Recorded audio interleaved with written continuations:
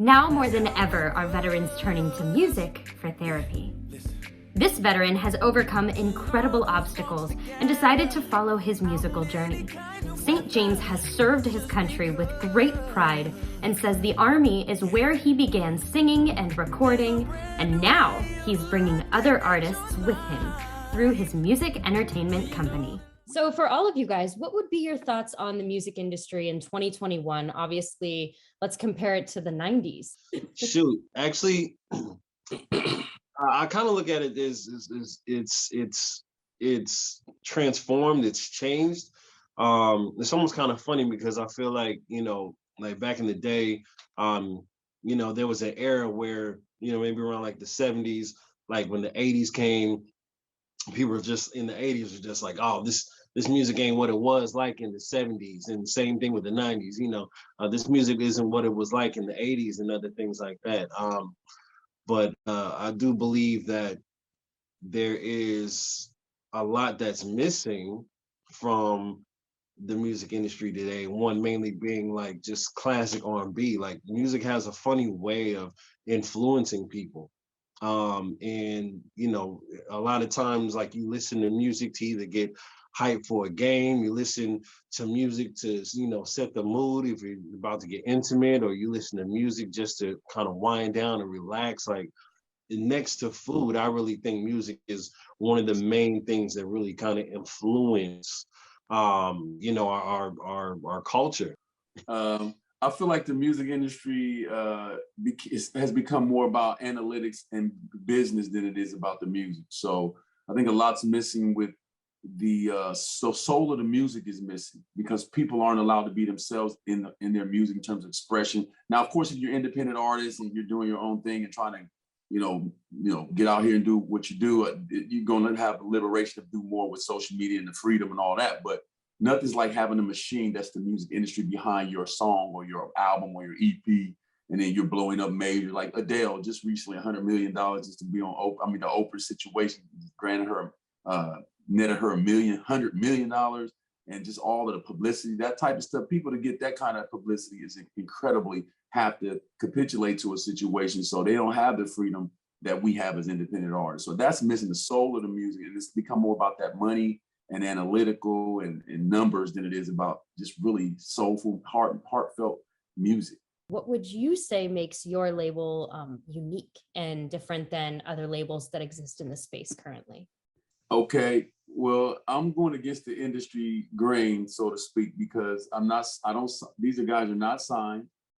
We have a relationship agreement. They're independent artists in their own rights. They have the power, the autonomy to do what they choose and please. They've watched me create a template and a blueprint as I build the brand that I'm trying to build as an independent artist, to show them how to do it. So it's not even about being famous or making a whole bunch of money. It's really about doing what you love in an affordable manner with quality and great content. And we all know that you guys bring a different spin to popular music genres. So would you guys be able to maybe describe what it is that you think you add, your innovative flavor, maybe? Really that old nostalgic sound, but working with Saint and Kaleo, Brian and Ivan, it's also has a 2021 feel to it. I believe that what I bring to the table is a challenge, because when you bring in other hip hop artists and combining them with R&B, when I approach the scene, I challenge you to write what's significant to the actual song. Don't just write a whole bunch of crazy stuff and jump into the hook and say, yeah, that worked. No, because you have to come up against a guy like me who becomes the song, not just writes to the song. I become the song. With the style of music and the style of music that I like to sing and I write, I can only do me.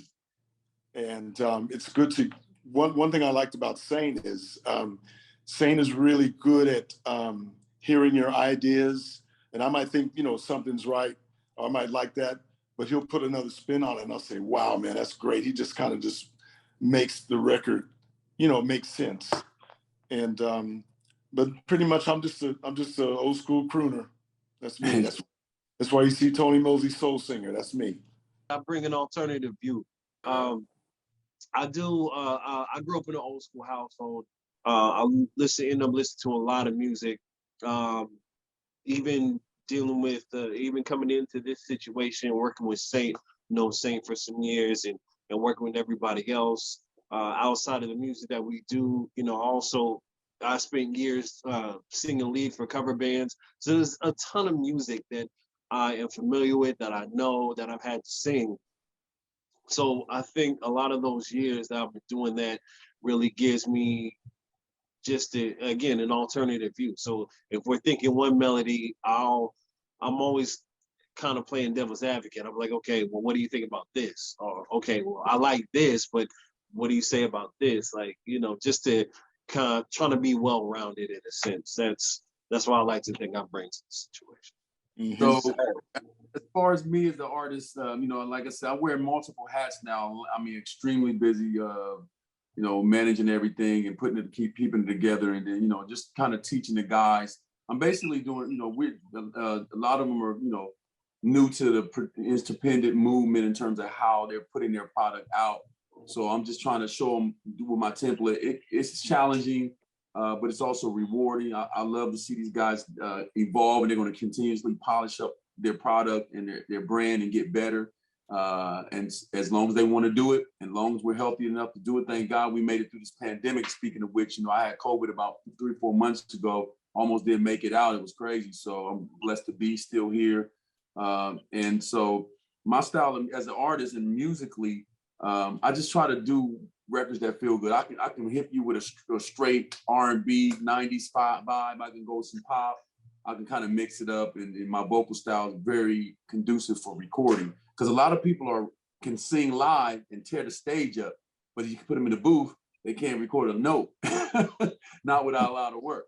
Mm-hmm. Or you can put somebody that's in the studio can record a lot and do well, but on the stage can't sing live. So trying to find that healthy balance, and all of us are really singers on our own right, and at a drop of a dime. So when we put together a showcase, which will be coming in the future, and with a live band, we ready to kill it. We will be rehearsals, practice. We go on Motown style. We're not getting on stage until we're ready, and that's why we're not doing no live shows. People just jump right on the stage and prepared. We have to prepare professional like they used to do. Everybody's got their own. They're pitching in. It's almost like a potluck of people putting together, doing what they do to make this whole machine go. As long as we keep putting out them good records, they're gonna keep on supporting. So English promotions, our promotions, the marketing director Lisa, DJ Melvin, our resident DJ, Melvin is our resident DJ out of LA. So just a lot of Angela Melvin, so many people to name. They know who they are. We appreciate you. Yeah, definitely. Awesome. Well, very well said. I want to say thank you guys so much on behalf of myself and on behalf of all of us here at Pop Fusion. You guys are wonderful, and it was a pleasure to be able to speak with you. Best of luck in all of your future endeavors, and thank you guys for existing in this space and for just being so positive and for being so lovely. And thank you. Thank you. Thank you for having us. Appreciate it so much. I'm Hannah Fletcher. You guys are watching Pop Fusion TV. Thank you so much, and we will see you guys next time. Bye, everybody. Bye. Bye. Bye.